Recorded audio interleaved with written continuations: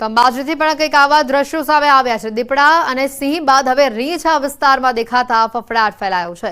બનાસકાંઠાના યાત્રાધામ અંબાજીના ગબ્બર પર્વત પાસે રીંછ જોવા મળ્યો। તળેટીમાં રીંછની લટાર કેમેરામાં કેદ થઈ। જો કે સ્થાનિકોમાં રીંછની લટારથી ફફડાટ ફેલાયો છે। રાત્રિ દરમિયાન ગબ્બર 51 શક્તિપીઠ મંદિર તરફ આ રીંછ જોવા મળ્યો।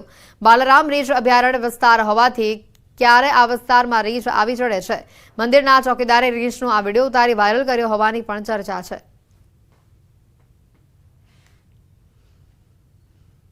રાજકોટના ધોરાજીમાં જીએટીએલ કિસાન સુવિધા કેન્દ્રના ધોરાજી ડેપોમાં યુરિયા ખાતરની અછત જોવા મળી। છેલ્લા ઘણા દિવસોથી યુરિયા ખાતરની અછત સર્જાતા ખેડૂતો ધરમના ધક્કા ખાવા માટે મજબૂર થયા છે। અહીંયા ડીએપી સહિતના બીજા અન્ય ખાતરનો પણ જથ્થો ઉપલબ્ધ છે, પરંતુ યુરિયા ખાતરનો સ્ટોક નથી।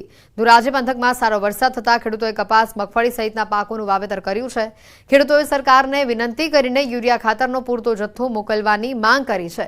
તો બીજી તરફ જીએટીએલ કિસાન સુવિધા કેન્દ્રના કર્મીઓએ જણાવ્યું કે યુરિયા ખાતરના જથ્થા માટે અમે ઉપર ઓર્ડર લખાવી દીધો છે। આગામી 2 થી 3 દિવસમાં યુરિયા ખાતરનો પૂરતો જથ્થો પ્રાપ્ત થઈ જશે।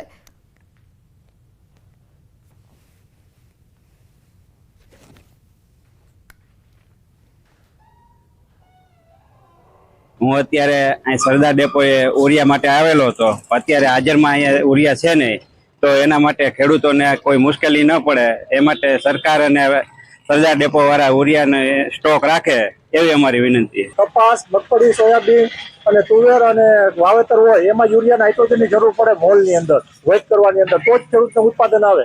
ઘણી ફેર સરદાર ડેપોમાં અથવા ઇફકોની અંદર કે ગમે ત્યાં પ્રાઇવેટની અંદર અત્યારે પ્રાઇવેટ સેક્ટરની અંદર પણ ખાતર મળે છે, તો યુરિયા ખાતરનું શોર્ટેજ થાય છે। ખાતરની અંદર ડીએપી, એપીએસ, એમોનિયા, પોટાશ બધે ખાતર અવેલેબલ છે, પૂરતો સ્ટોક છે। પણ યુરિયાનો થોડોક સ્ટોક અત્યારે 1 ટન જેવો છે અને એનો ઓર્ડર ઓગસ્ટમાં લખાવેલો છે, જે આવકમાં છે।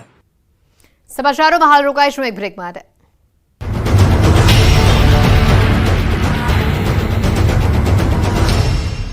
ભાઈ કરી અને સીધા જ દરખાસ્ત કરીને વીપી કન્સ્ટ્રક્શન એજન્સીને 2.34 કરોડનું કામ સોંપી દીધું, જે હવે શંકાના દાયરામાં આવ્યું છે। ઓડિટ વિભાગે તપાસ કરતા ભ્રષ્ટાચારની પોલ ખુલી।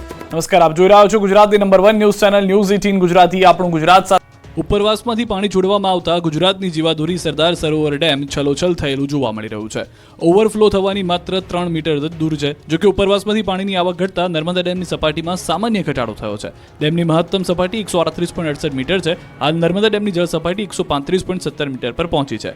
પાણીની આવક ઘટતા ડેમના પહેલા 9 દરવાજા ખોલાયા હતા, જેમાંથી 4 બંધ કરી દેવાયા છે। હાલ નર્મદા ડેમના 5 દરવાજા 1.5 મીટર ખુલ્લા છે, જેમાંથી 50,000 ક્યુસેક પાણી નદીમાં છોડાઈ રહ્યું છે।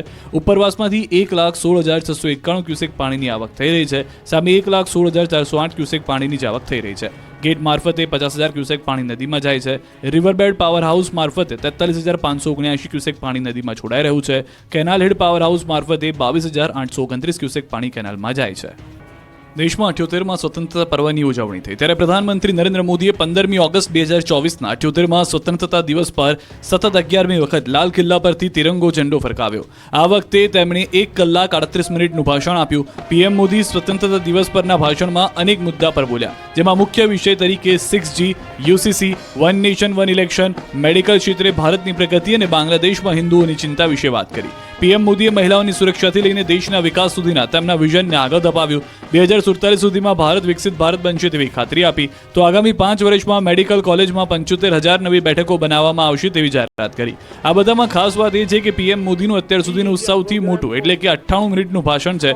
98 મિનિટ સુધી રાષ્ટ્રને સંબોધન કરી પીએમ મોદીએ પોતાનો જ જૂનો રેકોર્ડ તોડ્યો છે। આ પહેલા પીએમ મોદીએ લાલ કિલ્લા પરથી 10 વખત રાષ્ટ્રને સંબોધન કર્યું, તો 2017માં સૌથી ઓછું 57 મિનિટનું સંબોધન કર્યું હતું। સમગ્ર દેશમાં આજે અનોખા ઉત્સાહ અને ઉમળકા વચ્ચે 78માં સ્વાતંત્ર્ય પર્વની રંગેચંગે ઉજવણી કરાઈ રહી છે। ત્યારે રાજ્યકક્ષાનું પર્વ ખેડા જિલ્લાના વડામથક નડિયાદના આંગણે ઉજવાયો। કપડવંજ રોડ પર આવેલા એસઆરપી કેમ્પ ખાતે મુખ્યમંત્રી ભૂપેન્દ્ર પટેલ ખાસ હાજર રહી રાષ્ટ્રધ્વજને ફરકાવ્યો। મુખ્યમંત્રી ભૂપેન્દ્ર પટેલ ધ્વજ ફરકાવીને સલામી આપતા જોવા મળ્યા। આ પ્રસંગે નડિયાદ દેશભક્તિના રંગે રંગાઈ ગયું। એક ભારત શ્રેષ્ઠ ભારતના સૂર વચ્ચે એસઆરપી ગ્રાઉન્ડ રાષ્ટ્રભક્તિના રંગમાં રંગાયેલું જોવા મળ્યું। સીએમએ ખુલ્લી જીપમાં બેસીને નગરજનોનું અભિવાદન ઝીલ્યું। હેલિકોપ્ટરથી પુષ્પવર્ષા કરવામાં આવી। બાદમાં પોલીસ અને લોકોએ વિવિધ કાર્યક્રમ રજૂ કરી લોકોને દંગ કર્યા। પોલીસ દ્વારા રાઇફલ ડ્રીલ રજૂ કરાઈ। વિવિધ પ્રકારની રાઇફલની એક્સરસાઇઝ કરી। Rifle drill, navy patrolling, dog શોએ પણ આકર્ષણ જમાવ્યું। ધ્વજવંદન કાર્યક્રમ બાદ ખેડામાં કમલમ કાર્યાલય ખાતે બંધ બારણે બેઠક યોજાઈ. સીએમ ભૂપેન્દ્ર પટેલની ઉપસ્થિતિમાં બેઠક યોજાઈ. આવનારી ખેડા જિલ્લા પંચાયત, નગરપાલિકા અને તાલુકા પંચાયતની ચૂંટણીની બેઠકમાં ચર્ચા કરવામાં આવી. બેઠકમાં ગોરધન ઝડફિયા, અજય બ્રહ્મભટ્ટ, સાંસદ દેવસિંહ ચૌહાણ સહિતના નેતાઓ અને ધારાસભ્યો ઉપસ્થિત રહ્યા હતા. આ સાથે પૂર્વ જિલ્લા પંચાયત પ્રમુખ, નગરપાલિકા પ્રમુખ સહિત સંગઠનના હોદ્દેદારો સાથે બેઠક યોજી. મહત્વનું છે કે ડાકોર, ખેડા, મહુધા, ચકલાસી સહિતની નગરપાલિકાની ચૂંટણી યોજાનાર છે. ખેડા જિલ્લા પંચાયતની પણ ચૂંટણી યોજાનાર છે, જેને લઈ બેઠકમાં ચર્ચા કરવામાં આવી હતી. દેશભરમાં 78માં સ્વાતંત્ર્ય દિવસની ઉત્સાહભેર ઉજવણી કરવામાં આવી રહી છે, ત્યારે પોરબંદરમાં પણ શ્રીરામ સી સ્વિમિંગ ક્લબના સભ્યો દ્વારા મધદરિયે ધ્વજવંદન કરીને આ રાષ્ટ્રીય પર્વની અનોખી ઉજવણી કરી. પોરબંદરમાં ક્લબના સભ્યો દ્વારા છેલ્લા ઘણા વર્ષોથી મધદરિયે ધ્વજવંદન કરવામાં આવે છે, ત્યારે આ વર્ષે પણ મધદરિયે ધ્વજવંદન કરી સ્વતંત્રતા પર્વની ઉજવણી કરાઈ હતી. તો સોમનાથ મહાદેવ મંદિર પણ દેશભક્તિના રંગમાં રંગાયું. સોમનાથ મંદિરમાં ધ્વજવંદન કરાયું. સોમનાથ મહાદેવને તિરંગા શૃંગાર કરાયો. તો સોમનાથ ટ્રસ્ટ સુરક્ષાકર્મીઓ અને શ્રદ્ધાળુઓ જય સોમનાથ, ભારત માતા કી જયના નાદ સાથે ઉજવણીમાં જોડાયા. સ્ટેચ્યુ ઓફ યુનિટી અને સરદાર સરોવર નર્મદા ડેમ પર સ્વતંત્રતા પર્વની હર્ષોલ્લાસ સાથે ઉજવણી કરાઈ, જેમાં મોટી સંખ્યામાં અધિકારી અને કર્મચારીઓ જોડાયા. એસઓયુના સીઈઓ ઉદિત અગ્રવાલે તિરંગો ફરકાવ્યો અને રાષ્ટ્રધ્વજને સલામી આપી. અહીં સાંસ્કૃતિક કાર્યક્રમોનું પણ આયોજન કરાયું.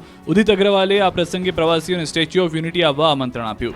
તો ગાંધીનગરમાં ભાજપ કાર્યાલય કમલમ ખાતે 78માં સ્વતંત્રતા પર્વની ઉજવણી કરવામાં આવી. ભાજપ નેતાઓ, અધિકારી, પદાધિકારી સહિતના લોકો ઉપસ્થિત રહ્યા હતા. આ બાજુ અમદાવાદ, બનાસકાંઠા અને સાબરકાંઠામાં આજે ભારે વરસાદની આગાહી. રાજકોટમાં પૈસાની પોલીસ પુત્ર પર છરીથી જીવલેણ હુમલો. સુરતમાં મંદીના કારણે રત્ન કલાકારોએ વેકેશન અપાતા ચિંતા વધી.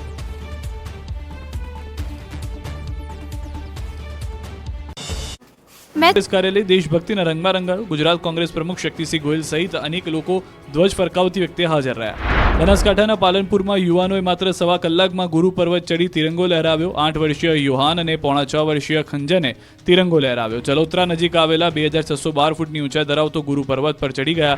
ભારત અને પાકિસ્તાન બોર્ડર નડાબેટ એક દેશભક્તિનો રંગ જામ્યો હતો. નડાબેટ બોર્ડર પર સ્વતંત્રતા પર્વની ઉજવણી કરવામાં આવી હતી.